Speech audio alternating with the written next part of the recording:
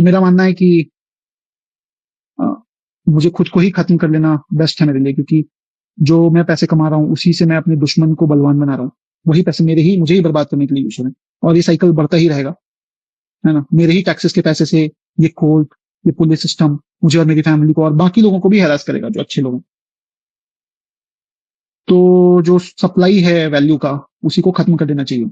और anyway they anyway gave me a suggestion क्या they told me to commit suicide, and I think they are right. That's the right solution what they have suggested me. So I am gonna take my life now.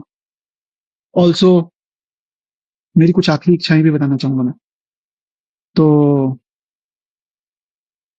मेरी कुछ आखिरी इच्छाएं जो हैं ये हैं, ज्यादा मुझे उम्मीद तो नहीं है, लेकिन अभी भी मैं अपनी वाइफ को बोलूंगा कि उसमें तो कोई वैल्यू नहीं है, मेरी वाइफ में खुद। तो मेरे बच्चे को क्या ही बड़ा करेगी वैल्यू के साथ। मेरे पेरेंट्स को मेरा बच्चा दे दे, वो उसको बेटर वैल्यू के साथ बड़ा करेंगे। और I think she should have done it with me, she should have given the child to me, but मुझे बच्चे से अलग रख के दुख पहुंचाने के लिए उसने किया है, जबकि उसे भी पता है वो बच्चे को रेज करने में अक्षम है। खुद ही बोली कि मैं बच्चे के पाल परवरिश के लिए पैसे भी नहीं है अगर तुम्हारे पास, तो हमें दे दो बच्चा। हमें मेरा आखिरी अंश है, मेरे माँ बाप को दे दो, वो बहुत नाजों से पालेंगे उसे। और मेरा भाई एक बहुत अच्छा आदमी है, वो भी पालेगा उसे, बट मुझे ज्यादा उम्मीद नहीं है इसकी।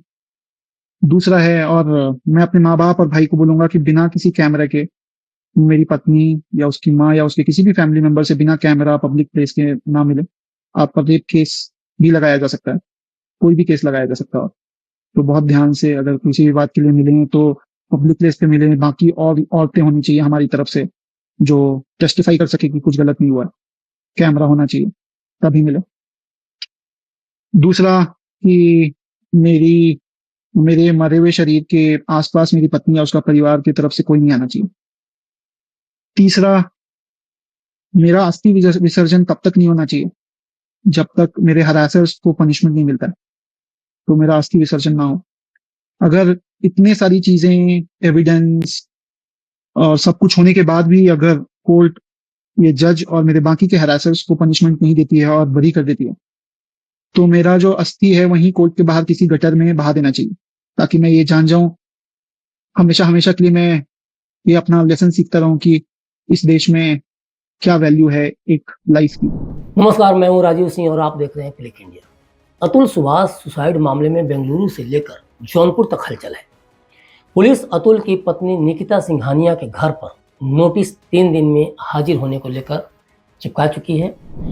निकिता का मां और भाई घर से देर रात फरार हो चुके हैं। 2 दिनों पहले क्लिक इंडिया ने भी इस घटना को लेकर स्टोरी की थी, जिसमें हमने अतुल सुभाष के आखिरी बयान को, उनके दर्द को, सिस्टम के प्रति उनकी निराशा को हूबहू दिखाने का प्रयास किया था। लेकिन आज अतुल हमारे सिस्टम, हमारी जुडिशरी, हम सबके सामने कई सवाल छोड़ गए हैं, जिसकी एनालिसिस भी ज़रूरी है कि आखिर अब लोगों के अंदर जजमेंट का खौफ क्यों नहीं है, क्यों मुकदमों का खौफ लोगों के अंदर बढ़ता जा रहा है। हम तुम पर इतने मुकदमे ठोकेंगे कि तुम्हारा नामो निशान मिट जाएगा। बिल्कुल ठोक सकते हो, ठोकते हो। और इसी सिस्टम में एक किडनी का मरीज, हार्ट का मरीज, हैंडीकैप्ड कोर्ट का चक्कर लगाता फिरता है। और ये सोशल मीडिया पर लोग बोलते भी दिख जाते हैं कि कोर्ट उन्हें इंसिस्ट करता है कि आपको कोर्ट आना ही होगा। हर मोबाइल में 5G की डंडी दिख रही है। 6G लाने की तैयारी में हम दांत घिस देते हैं। लेकिन ऐसे लोगों की वर्चुअली हियरिंग नहीं होगी। आपको बेंगलुरु से जौनपुर जाना ही होगा। और 40-40 बार तक अतुल सुभाष को आना ही पड़ा। तो क्या जिंदगी को एक रील्स की तरह देखने का रिवाज बनता जा रहा है? रील्स को स्क्रॉल करने में भी कुछ सेकंड्स लगते हैं और जान जाने में भी कुछ सेकंड्स लगते हैं। तो एक रील की तरह ही हो गई अतुल सुभाष की जिंदगी। स्क्रॉल कर दिया गया अतुल सुभाष को। उस कुछ सेकंड से पहले तक उस इंसान को भी जीने की इच्छा थी। वो लड़ रहा था अपने परिवार के लिए, अपने बच्चे को एक नज़र देखने के लिए। लेकिन थक जाता है, हार जाता है और एक वीडियो बनाता है, लेटर लिखता है, एक एक बात को बहुत बारीकी से उसमें रखता है।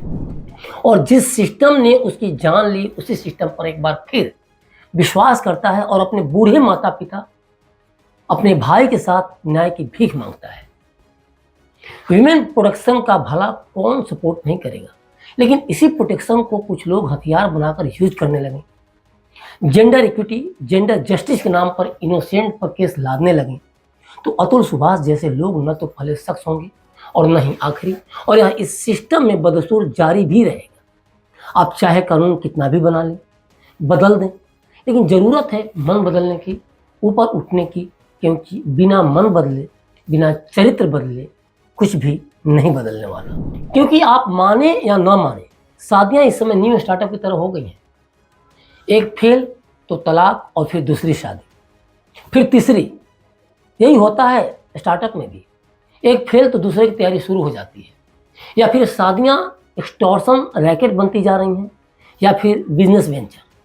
छोटी छोटी बात पर मामला पुलिस थाने, कोर्ट पे पहुंच जाता है, और बातों को सुलझाने से ज़्यादा उलझाने पर फोकस होता है, और यहाँ से ब्रोकरेज स्टार्ट हो जाता है। करते रहिए प्रूफ कि आपने डाउरी के लिए अपनी पत्नी को नहीं मारा, हत्या करने की कोशिश नहीं की, उसके घर वालों को गाली नहीं दी, उसके पापा की हार्ट अटैक के लिए आप जिम्मेदार नहीं हैं। और इन सब के बाद होता क्या है? 40 पन्नों का सुसाइड नोट, 9 केस फाइल किए थे उनकी पत्नी निकिता ने अतुल पर। 40-40 बार तक बेंगलुरु से जौनपुर जाना पड़ा अतुल को। प्राइवेट नौकरी जिसमें कि मात्र 23-24 छुट्टियां होती हैं साल की, आने जाने का खर्च अलग, कॉम्पनसेशन का खर्च अलग।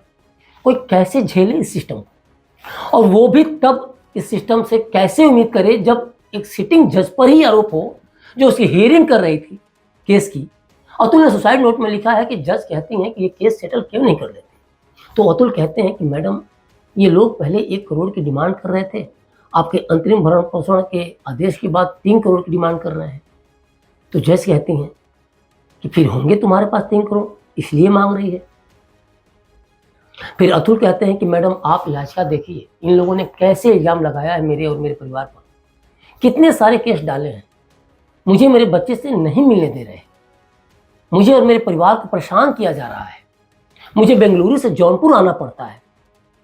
इतना सुनने के बाद जज कहती हैं, तो क्या हो गया, केस डाल दिए तो तुम्हारी पत्नी है। ये सब अतुल ने अपने सुसाइड नोट में लिखा है। कहा जाता है कि मरने से पहले अगर किसी का आखिरी बयान है तो उसे सबसे बड़ा सबूत माना जाता है। तो क्या ये सिस्टम अतुल के सुसाइड नोट को उनका आखिरी बयान मानकर आरोपियों को सख्त से सख्त कार्रवाई करेगा उनके खिलाफ?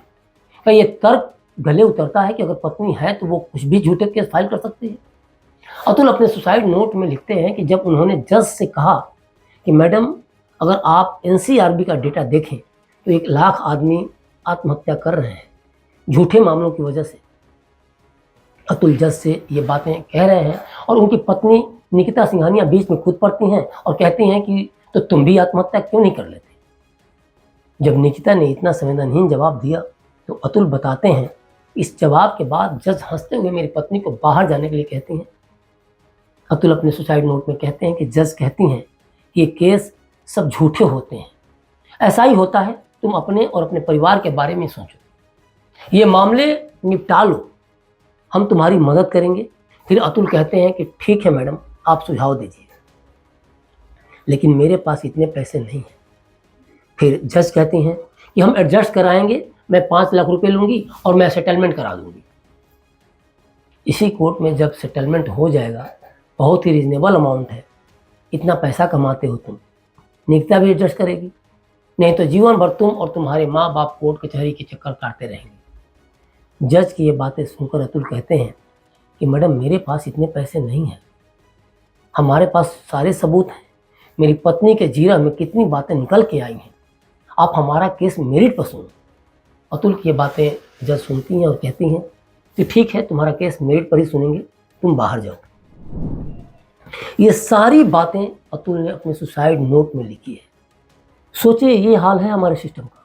अगर सिस्टम झूठों के साथ है, पैसा चूसने वालों के साथ है, उसे ज़िंदगी किसी की परवाह ही नहीं है, तो मुकदमा लादने वाला अगर मन बना चुका है तो मुकदमा तो ला देगा ही। खुद हमेशा के लिए सोकर भी अतुल ने सबको जगाया है। अपने बेटे को पत्र लिखा है उन्होंने, जो 2038 में खुलेगा, ईयर भी उन्होंने बता दिया है। सोचिए, उस इंसान के अंदर जीने की कितनी लालसा थी, लेकिन वो सिस्टम से लड़ते लड़ते चला गया इस दुनिया से। कोर्ट में झूठ बोलने वाला निजी जिंदगी में कितना झूठ बोलता होगा, इसका अंदाजा आप और हम कतई नहीं लगा सकते। और निजी जिंदगी में जो अपने पति के खिलाफ ही लगातार झूठ बोल रहा हो, वो कोर्ट में गीता पर हाथ रखकर भला कैसे सच बोल सकता है? गीता तो उसके घर में भी है, राम तो उसके घर में भी है, सीता भी उसके घर में है, माधव भी उसके घर में है। अतुल ने सुसाइड नोट में साफ इस बात की तरफ इशारा किया है कि उन्हें प्रताड़ित करने के लिए निकिता ने कैसे अपनी मां को माध्यम बनाया, जरिया बनाया, कैसे अपने बच्चे को माध्यम बनाया। अतुल प्रताड़ित होते हैं जब वो अपनी मां को लेकर बेंगलुरु पहुंच जाती हैं, जो कि अतुल ने लिखा भी है सुसाइड नोट में। तो क्या अतुल को अपनी सास के छल प्रपंच का डर था? अतुल लिखते हैं अपने बच्चे को लेकर कि जब तुम्हें पहली बार देखा तो सोचा था कि मैं तुम्हारे लिए कभी भी अपनी जान दे सकता हूँ। और फिर वही अतुल सुसाइड नोट में निकिता द्वारा अतुल के सामने अपने पुत्र को मोहरा बनाने पर आखिरी बार उसी पुत्र के लिए लिखते हैं, बेटा दुख की बात है कि मैं अब तुम्हारी वजह से अपनी जान दे रहा हूँ। ये पूरी बातें हैं अतुल की, जिसे उन्होंने अपने सुसाइड नोट में लिखा है। लेकिन जीवन में हो क्या रहा है? आपका झूठ आपके लिए तब तक सच है जब तक आप सबूतों के साथ सबके सामने पकड़े नहीं जाते, क्योंकि सामने वाले को पता है कि आपका झूठ दो लोगों के बीच में है और इसी का फायदा उठाकर आप उसे लगातार सत्य कहने पर अड़े हुए हैं, क्योंकि वो झूठ का गवाह तीसरा कोई है ही नहीं। और अगर है तो वो अभी आपके पक्ष से है, आपकी तरह वो झूठ बोल रहा है, आपका साथ दे रहा है। अतुल ने अपने सुसाइड नोट में जज से लेकर पत्नी या जिन लोगों पर आरोप लगाया है, वो सच सिर्फ अतुल को पता था या फिर जज या अन्य आरोपियों को। अब अतुल इस दुनिया में नहीं है तो सच की तह तक यह सिस्टम कैसे पहुंच पाएगा, ये उसके लिए एक बड़ी चुनौती है। और यही अतुल और अतुल जैसे लाखों जान गंवा चुके लोगों के लिए सच्चा न्याय भी, या प्रताड़ितों के लिए एक उदाहरण कि इस एंगल से भी केस की सुनवाई को करनी चाहिए, ताकि किसी को सोशल मीडिया पर आत्महत्या करने तक की स्थिति से न गुजरना पड़े। अतुल ने अपने सुसाइड नोट में एक एक बात पर फोकस किया है। सोचिए वो इंसान मरने से पहले कितना लड़ा होगा जिंदगी के लिए, ना चाहते हुए भी कैसे उसने मौत को गले लगाया होगा। अतुल को पता था कि अगर वे नहीं लिखेंगे, सबूत के साथ सब कुछ नहीं बताएंगे, तो जिस तरह से वे न्याय के लिए तड़पते हुए जान दे रहे हैं, वो न्याय उनके बूढ़े माँ बाप और भाई के साथ भी नहीं होगा। और सच्चाई भी यही है कि आज इंसान इस हद तक संवेदनहीन हो चुका है कि शमशान घाट पर वो कई बार अधीर होकर सवाल पूछता दिख जाता है कि बॉडी को जलने में और कितना समय लगेगा। उस बॉडी को जो कुछ देर पहले अपने अंतिम क्षणों में भी, प्राण निकलने से पहले भी आपके सिर पर हाथ रखकर आपके लिए मंगल कामना कर रहा था। और आप सोच नहीं पाते कि जिसकी जिंदगी से ज़्यादा आप उसकी मौत का इंतजार कर रहे थे, तो क्या आप उसे इस जन्म के बाद कभी देख पाते? क्या अतुल की पत्नी उसे कभी देख पाएंगी? वो जब तक आपके साथ था तभी तक आपके साथ था, उसके बाद फिर कहाँ देख पाएंगे आप? उसके अंतिम संस्कार में उसे महसूस तो कर नहीं पाए, क्योंकि अतुल ने साफ कहा कि मेरी पत्नी को मेरी डेड बॉडी के पास नहीं आने देना है। तो आखिर हम अपना अंत कैसे देख रहे हैं, जीवन को हम कैसे देख रहे हैं, और हम क्या सोच रहे हैं, कैसा समाज बना रहे हैं?